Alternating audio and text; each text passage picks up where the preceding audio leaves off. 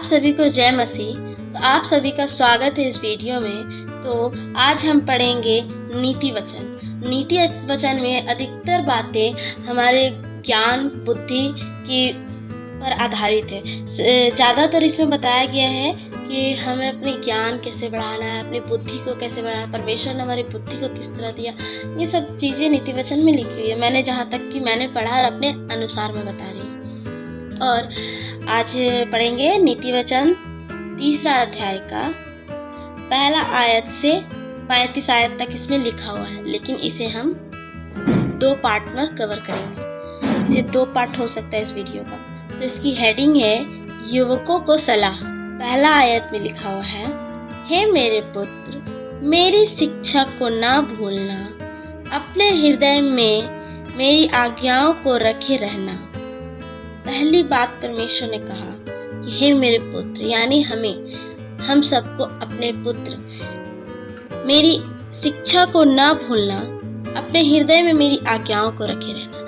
यानी हमें परमेश्वर ने जितनी भी शिक्षाएं दी हैं, जितनी भी बातों को बताया है, उन सब चीज़ों को हमें भूलना नहीं है। अपने हृदय में अपने सारे ज्ञान को रखना है। अगर हम परमेश्वर के ज्ञान बुद्धि के अनुसार चलेंगे तो हमारा जीवन बहुत आसान हो जाएगा। 2 आयत में लिखा है, क्योंकि ऐसा करने से तेरी आयु बढ़ेगी और तू अधिक कुशल से रहेगा। इस तरह करने से हमारी आयु भी बढ़ेगी। मैंने पहले बताया ना कि हमारा जीवन आसान हो जाएगा। जीवन आसान हो जाएगा तो हमारी आयु भी है, हमें चिंता नहीं होगी किसी बात। अगर हम गलत राह पे चलते हैं, मान लेते हैं, जिस तरह अगर हम लोग कोई गलत राह पे चलते हैं या फिर हम अन्य जाति में हैं, जिस तरह वो लोग करते हैं, उन लोगों को 1000 तरीके का टेंशन होता है कि नहीं ये नहीं हो रहा है, ऐसे क्या करें, ऐसे करें, अपनी बुद्धि लगाते हैं। लेकिन हमें अपनी बुद्धि नहीं लगाना है, हमें सब कुछ परमेश्वर पर छोड़ देना है। अगर हम सब कुछ परमेश्वर पर छोड़ देंगे तो हमारा जीवन बहुत आसान हो जाएगा और इसी तरह हमारी आयु भी बढ़ेगी। हम स्वस्थ रहेंगे, कम चिंता करेंगे तो ज़्यादा हमारी लंबी आयु होगी। हालेलुया।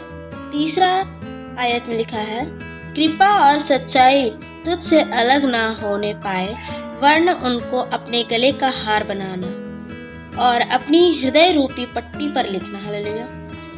कृपा और सच्चाई, ये दोनों चीज जो है वो हमारे, कृपा और सच्चाई अलग नहीं होना हमारे जीवन से। हमें कृपा करना किसी दूसरों पर नहीं कम करना है और न ही सच्चाई को छोड़ना है। जहाँ पे सच्चाई है हमें उस जगह पर सच्चा बन के रहना है, बोलना है कि हाँ ये सच है, एकदम खरे व्यक्ति के समान। वर्ण उनको अपने गले का हार बना लेना और अपने हृदय रूपी पट्टी पर लिखना। यानी हमें अपने आप पे अपना दिमाग सब जगह बैठा लेना कि ना तो हमें कभी झूठ बोलना है और ना हमें किसी व्यक्ति के साथ रूड बिहेवियर करना है। अगर हम किसी के साथ कृपा से रहेंगे, सच्चाई के साथ रहेंगे तो परमेश्वर भी हमारे उन बातों को देखते हैं, एक एक बात परमेश्वर पर रखते हैं कि हमारा जीवन कैसा चल रहा है। तो तू परमेश्वर और मनुष्य दोनों का अनुग्रह पाएगा, तू अति बुद्धिमान होगा। अगर हम इस तरह से चलेंगे, दूसरों पर सच्चाई, दूसरों के लिए अपनी सच्चाई पर रहेंगे और कृपा करेंगे तो ऐसा में क्या होगा, परमेश्वर और मनुष्य दोनों का अनुग्रह मिलेगा। दोनों का अनुग्रह का मतलब हो गया कि परमेश्वर का अनुग्रह तो आप समझ गए कि अगर हम परमेश्वर के वचन के अधीन चलेंगे तो हमें परमेश्वर अनुग्रह करेंगे। और मनुष्य का अनुग्रह ये हो गया कि अगर हम किसी मनुष्य के साथ दीनता के साथ, नम्रता के साथ रहें तो वो भी हमारे लिए परमेश्वर से प्रार्थना करेगा, तो उसके द्वारा भी हमें अनुग्रह मिलेगा। हालेलुया। और हमें और भी बुद्धिमान होंगे, हम और भी बुद्धिमान होंगे। तू अपनी समझ का सहारा ना लेना, वरन संपूर्ण मन से यहोवा पर भरोसा रखना। ये जो है ना वचन, 3 अध्याय का 5वां वचन, ये आप इसे लिख लीजिए, कहीं पर लिख लीजिए और हमेशा उससे जब भी आप प्रार्थना करें तो इस वचन को बोल करके प्रार्थना कीजिए हमेशा कि तू अपनी समझ का सहारा ना लेना, वरन संपूर्ण मन से यहोवा पर भरोसा रखना। हमें अपने समझ का सहारा नहीं लेना है, बिल्कुल भी हम अपने मन का सहारा नहीं लेना है, क्योंकि पूरे मन से हम परमेश्वर की ओर देखेंगे। अगर संपूर्ण मन से हम यहोवा पर भरोसा रखेंगे ना कि नहीं परमेश्वर हमारा ये काम करेंगे, हमें चिंता करने की कोई ज़रूरत नहीं है, तो हमें सच में उस बातों के लिए चिंता नहीं होती है। वो काम कैसे हो जाता है हमें पता भी नहीं चलता। लेकिन परमेश्वर की महिमा हो कि हमारी हर चिंता, हर परेशानी को परमेश्वर हर समय छठा आयत में लिखा है, उसी को स्मरण करके सब काम करना, तब वह तेरे लिए सीधा मार्ग निकालेगा। हम कोई भी काम करें, सबसे पहला प्राथमिकता हमें परमेश्वर को देना है। सबसे पहला प्राथमिकता हर बात में, हर चीज़ों में। यहाँ तक कि हम अगर अपने घर में राशन भी लाते हैं तो सबसे पहले हम परमेश्वर के हाथों में उस राशन को सौंपते हैं कि परमेश्वर आप इस पूरे महीने आप इस राशन को चलाइएगा। जब हर एक चीज़ छोटे छोटे चीज़ों में हम अगर परमेश्वर को धन्यवादित देंगे ना, तो हमेशा हम धन्यवादित रहेंगे। हर बात में हमें धन्यवादित रहना है, हर बातों के लिए। इसीलिए कोई भी काम करे, सबसे पहले परमेश्वर को स्मरण करके करना है। पहला प्राथमिकता परमेश्वर को देना है, तब हमारे लिए वो सीधा मार्ग निकालेंगे। हालेलुया। अपनी दृष्टि में बुद्धिमान ना होना, यहोवा का भय मानना और बुराई से अलग रहना। हमें अपनी ही दृष्टि में ज़्यादा बुद्धिमान नहीं समझने लगना है कि नहीं हमको तो बहुत कुछ आता है, हम बहुत कुछ सीख चुके हैं, हमें बहुत चीज़ों का ज्ञान है। ऐसा नहीं है, हम कुछ भी नहीं जानते हैं, हम कुछ भी नहीं जानते हैं। हमें अपने आप को अपनी नज़र में ज़्यादा बड़ा नहीं समझना है, क्योंकि यहोवा का भय मानना है और बुराई से अलग रहना है। अगर हम अपनी ही दृष्टि में अपने आप को बड़ा मानने लगेंगे ना, तो हमारे अंदर घमंड आ जाएगा। तो इसीलिए अपने आप को नम्र बना कर रखें, ताकि हमारे अंदर कभी भी घमंड उत्पन्न ना हो, और इस तरह हम बुराई से भी अलग रहेंगे। हालेलुया।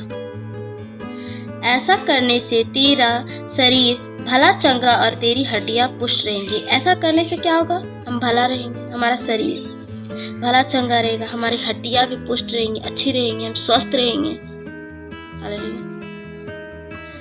9वां आयत में लिखा है, अपनी संपत्ति के द्वारा और अपनी भूमि की सारी पहली उपज देकर यहोवा की प्रतिष्ठा करना। देखिए, मैंने पहले ही बताया था, जिस तरह हम राशन खरीद कर लाते हैं और परमेश्वर को पहला उस पर हाथ रखकर प्रार्थना करते हैं कि प्रभु जी आपके हाथों में सौंपते हैं, इसे महीने भर जाए, उसी तरह हमारा पहला उपज जो भी है, जिस तरह कि हम काम करते हैं, कहीं जॉब करते हैं, हमें पैसा मिलता है, तो उससे पहला दसवांश हम उससे निकाल कर परमेश्वर को देते हैं, ताकि परमेश्वर और भी हमें आशीषित करे। ऐसा नहीं कि परमेश्वर के पास नहीं है, परमेश्वर के पास सब कुछ है। ये जितना भी संसार बना हुआ है परमेश्वर ने बनाया है, सारा चीज़ तो परमेश्वर का ही है। इसमें अगर एक कण भी नीचे गिरा हुआ है इस धरती पे, तो वो भी परमेश्वर का है। लेकिन परमेश्वर हमारा मन देखता है कि हम परमेश्वर से कितना प्रेम करते हैं। हालेलुया।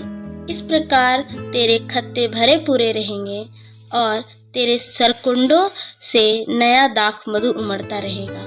इस तरह हमारे खत्ते भरे पूरे रहेंगे, यानी कि इस तरह करने से हमारा घर जो है, हमारा राशन पानी खाना, हमारा पैसा, हर चीज़ से हम भरे पूरे रहेंगे। हमें किसी चीज़ की कमी नहीं होगी, और हमारे पास इतना होगा कि परमेश्वर ने हमें इतना बहुतायत से आशीष देंगे कि हम दूसरों की भी मदद कर सके।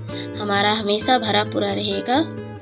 हे मेरे पुत्र, यहोवा की शिक्षा से मुंह न मोड़ना, और जब वह तुझे डांटे तब तू बुरा ना मानना।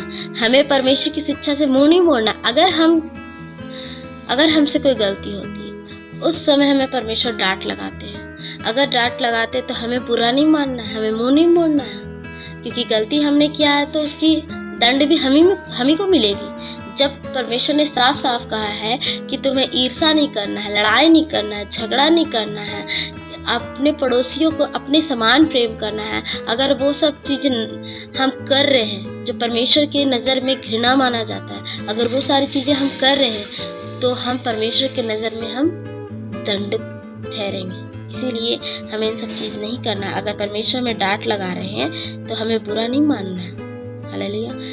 क्योंकि डांटा उसी को जाता है जिससे प्रेम करते हैं। परमेश्वर हमसे प्रेम करते इसलिए हम डांटते हैं। 12वां आयत पढ़ेंगे,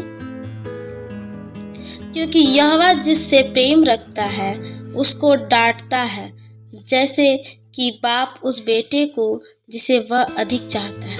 ठीक है, यहाँ भी यही वचन लिखा हुआ। अब मान लीजिए कि आपके पापा है, आपसे बहुत प्रेम करते हैं। अगर आपने कोई गलती किया तो आपके पापा जरूर डांटेंगे। तो उसी तरह इसमें भी परमेश्वर भी उनसे भी मेरे जो हमारे जो संसारिक पिता है, उनसे भी ज़्यादा हमें प्रेम करते हैं। हमारे आत्मिक पिता उनसे भी ज़्यादा प्रेम करते हैं।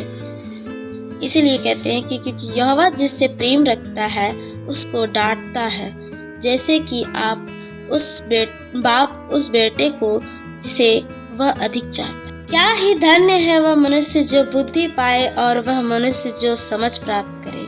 कितना धन्य है वह व्यक्ति, वो मनुष्य जो बुद्धि को पाए। वो बुद्धि कैसे पाया? परमेश्वर के वचन से, परमेश्वर के अधीन में। हम उनके अधीन रहेंगे, उनके वचन के अधीन रहेंगे, तब तो हमें बुद्धि प्राप्त होगी ना। इसीलिए इसमें लिखा हुआ है, क्या ही धन्य है वह मनुष्य जो बुद्धि पाए और मनुष्य जो समझ प्राप्त करे। जिसके पास बुद्धि है उसके पास समझ भी आएगी, क्योंकि बुद्धि की प्राप्ति चांदी की प्राप्ति से बड़ी है और उसका लाभ चोखे सोने के लाभ से भी उत्तम है। देखिए, क्योंकि बुद्धि की प्राप्ति चांदी की प्राप्ति से बड़ी है और उसका लाभ चोखे सोने के लाभ से भी उत्तम है। जिस तरह हम बुद्धि को कहते हैं, अगर हमारे पास बहुत सारा पैसा है, बहुत सारा धन है, चांदी है, सोना है, हर चीज़ है, लेकिन हमें ना समझ और बुद्धि की कोई ज्ञान नहीं है, तो क्या वो ज़्यादा देर तक वो चांदी, सोना, धन हम रख पाएंगे? नहीं रख पाएंगे। अगर कोई हमारे से मुसीबत आ जाए या फिर किसी प्रकार का कोई मतलब मुसीबत ही आ जाए, तो हम कैसे उसको हैंडल करेंगे जब हमारे पास बुद्धि ही नहीं होगी। हमारे पास पैसा 1000 है, लेकिन हम उससे कुछ नहीं कर सकते जब तक बुद्धि नहीं होगी हमारे पास। इसीलिए क्योंकि बुद्धि की प्राप्ति चांदी की प्राप्ति से अधिक है। अगर हमारे पास पैसा कम भी है ना, अगर हमारे पास बुद्धि ज़्यादा है, तो हम आगे चलकर उस पैसे को भी अपने इतना हम काबिल बन जाते हैं, इतना हमारा बुद्धि काम आता है कि हम उस पैसे को भी अपने पास रख सकते हैं। और उसका लाभ चोखे सोने के लाभ से भी उत्तम है। उसका लाभ बहुत ज़्यादा है, बुद्धि का लाभ बहुत है। एक चांदी, सोना, हीरा मोती के लाखों करोड़ों से भी ऊपर है बुद्धि। अब आखिरी वचन पढ़ेंगे, वह मूंगे से अधिक अनमोल है और जितनी वस्तु की तू लालसा करता है उनमें से कोई भी उसके तुल्य न ठहरेगी। देखे, इसमें भी यही बात लिखा है कि वो मूंगे से अधिक अनमोल है, यानी कि एक अनमोल जो मूंगा होता है उससे भी अधिक है हमारी बुद्धि, उससे भी अधिक ऊपर है। और जितनी वस्तुओं की तू लालसा करता है उससे कोई भी उसके तुल्य ना ठहरेगी। जितनी भी हम चीज़ों की लालसा करते हैं, अपने मन में लालसा हर कोई रखता है कि मुझे ये चीज़ चाहिए, ये चीज़ चाहिए, लेकिन हम खरीद नहीं पाते। लेकिन हमारी बुद्धि अगर हमारे पास है तो वो सामान से भी बढ़कर हमारी बुद्धि ऊपर जाती है, क्योंकि जिसके पास बुद्धि होते हैं ना, वो हर समस्या से हर समस्या का समाधान निकाल सकता है। अगर वो इस दिन में अगर वो गरीब है तो उसकी बुद्धि परमेश्वर इतना देता है कि वो आगे चल करके उसके पास नहीं है, उससे दुगुना उसे मिलेगा, क्योंकि बुद्धि और समझ से होता है। क्योंकि परमेश्वर ने कहा है कि तू अपनी समझ का सहारा न लेना, वरन संपूर्ण मन से यहोवा पर भरोसा रखना। हमें अपनी समझ का सहारा नहीं लेना है, हमें परमेश्वर का सहारा लेना है। परमेश्वर का सहारा मतलब परमेश्वर की दी हुई बुद्धि का सहारा। ये वचन में आज इतना ही है। अगला जो बाकी जो आयत जो बचे हुए हैं हम दूसरा पार्ट में कवर करेंगे। हम आशा है कि आप सभी को ये वीडियो बहुत पसंद आया होगा और अपने परिवार में इस वचन को ज़रूर शेयर करें और अपने परिवार को भी भेजें। जो लोग नहीं जानते हैं वचन उन्हें भेजिए, उन्हें भी थोड़ा समझ में आएगा। आप सभी को जय मसीह।